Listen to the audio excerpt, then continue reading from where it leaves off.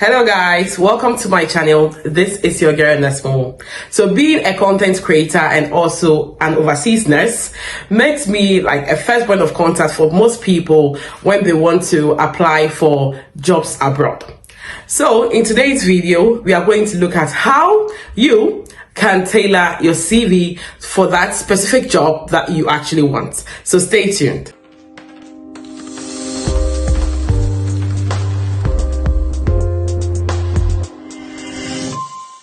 So before we go into creating that CV, let's look at some of the characteristics of a good CV. First and foremost, a good CV should be clear and concise. Okay, some people usually have their CVs in 4 pages and they put in so much information that is not really needed.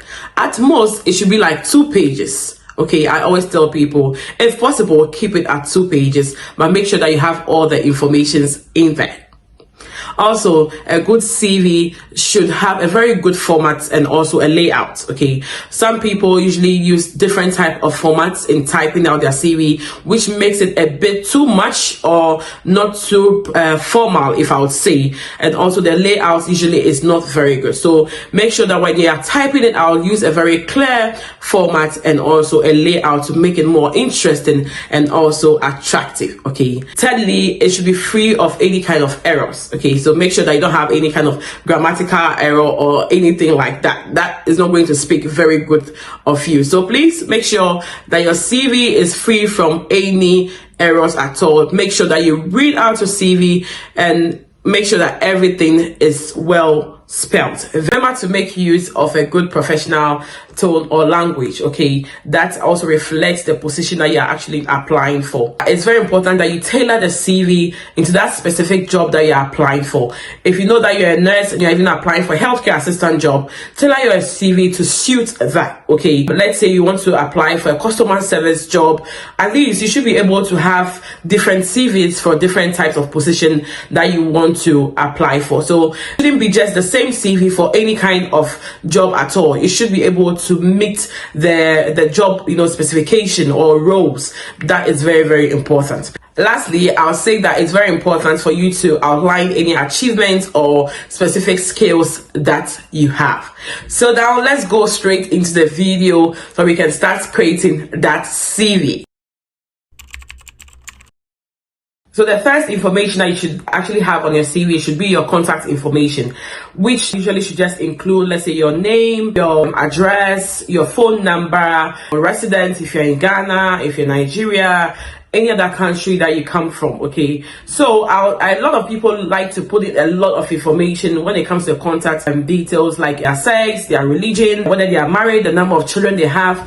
All of that is not really important. You just need a few and important informations that I just mentioned. Those are very important information that you need to have, that they're actually going to use to reach out to you, okay, when they have to contact you. So having that alone at the contact information should be enough. So the next thing we're actually going to talk about is your personal statement or your objective. Okay, so this is where you are going to outline what you're going to bring to the table, or your career goals as an individual or as a professional. So I'm not going to give an example because a lot of people like to dab exactly what people put out there. I've actually thought about this a lot, so I'm just going to leave it out to you. Do a bit of research, write down what your personal objectives are, what you think that you have that makes you different from Nurse Momo. Okay, that when you go, you're actually applying for a particular position, you're going to get that job and Nurse Momo is not going to get it. Try and do this and then, prove that you are actually worth for that particular job. So a lot of people actually get confused whether they should put out their work experience first or their educational background first. I always tell people that you should read a lot about the country that you're actually applying for that particular job.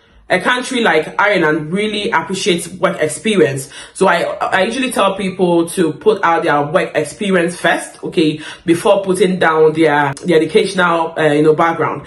other countries that also consider, you know, your qualification and all of that, I'll tell you, why not start with that first, and then you can now bring out your work experience. Okay, so it depends on the country. So for work experience, make sure that you start in a reverse chronological order. Okay, so your present work and then your immediate work after your present job that you currently have. So it follows like that. Okay, so you just have to state the name of the organization you were actually working with, your job title, okay, with that organization, a brief duties or responsibilities, and also achievements with that organization. That is very, very important. Now let's look at the educational qualification. So you should also be in a reverse chronological manner, stating your most recent one as well.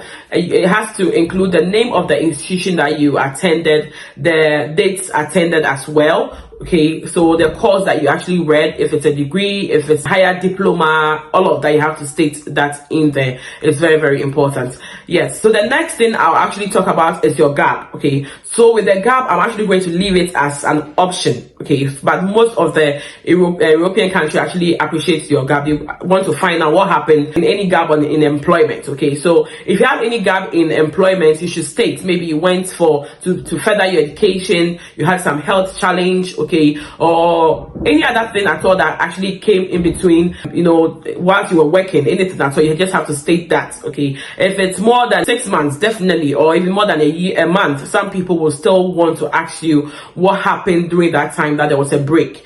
If you actually left your job and you were looking or searching for another job, you should just state that, and then you are free. Some people you might even pass the interview and they will still go ahead to still ask you how come you had a gap in employment. So the next thing we're actually going to talk about is your personal statement or your objective. Okay, so this is where you are going to outline what you're going to bring to the table, or your career, you know, goals as an individual or as a professional. So I'm not going to give an example because a lot of people like to dab exactly what people put out there. I've actually thought about this a lot, so I'm just going to leave it out to you. Do a bit of research, write down what your personal objectives are, what you think that you have that makes you different from Momo. Okay, that when you go, you're actually applying for a particular position, you're going to get that job, and Momo is not going to get it. Try and do this, and then, you know, prove that you are actually worth for that particular job. So the next thing I'm also going to talk about is you highlighting your relevant skills. So this is where you have to put out, you know, some of the skills that you have that Momo does not have. Okay, are you a computer literate? Do you have good communication skills? Do you have like good leadership skills?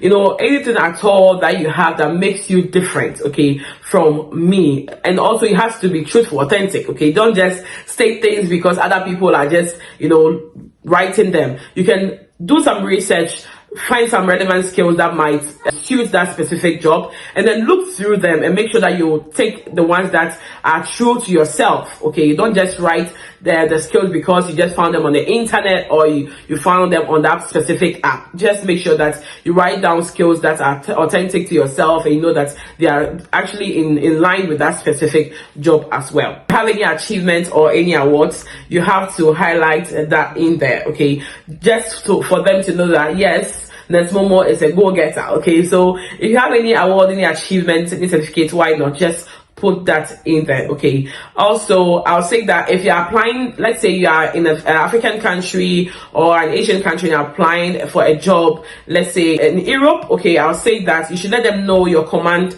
in English. Okay, if you have your English proficiency test like your IELTS or your OET, I'll advise whether you're applying for a nursing role, healthcare assistant role, accounting role, if you do have it, okay, at least be able to let them understand that you have a very good command in English, for them to know that yes, they are employing someone that they can easily communicate with. So that is equally important.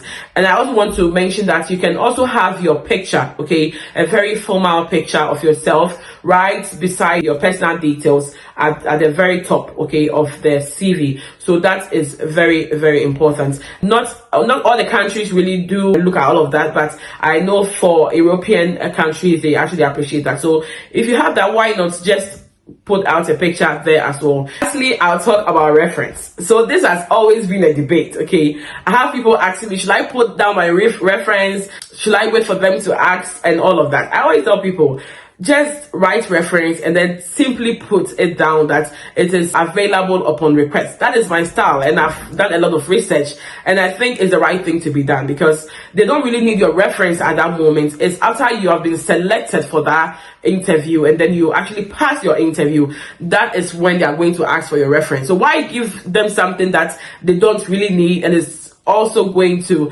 occupy space, okay, on your CV. Remember, we are trying to keep our CV concise, you know, as much as possible. We don't have to keep writing things that are not really needed at that particular point. Okay, so let's look at some apps that we can actually use, or some websites that will be beneficial to us for creating our CV. I'm not saying just go and that, but at least it's going to guide you for you to be able to create that favorable CV. So we have Canva, Zeti, Resume.com, Novo Resume, Google Documents with templates. Okay, we also have Microsoft Word with templates as well. You also have LinkedIn. Always allows you to create a profile which can be used as a CV. I loved LinkedIn. And also Indeed. So Indeed is very good. It also helps you with a template for your CV. It's a very good platform that you can always use. So guys, this is the end of today's video. I hope that this video has been of great benefit as usual to each and every one of you watching it right now. If you did find it very beneficial, remember to like and also drop a comment under the comment section, and also share this video to support your girl. Yes, you know how we do it. Yeah, so if this is your first time of coming to my YouTube channel, you're very much welcome. I want to invite you to join this great family by just subscribing to this channel and also hitting that notification bell, so that anytime I post my videos, you'll be notified of same. And to all my Irish fellas, happy St. Patrick's Day to all of you. I wish you nothing but the best. Enjoy the day to its fullest. See you all soon on my next video. Bye.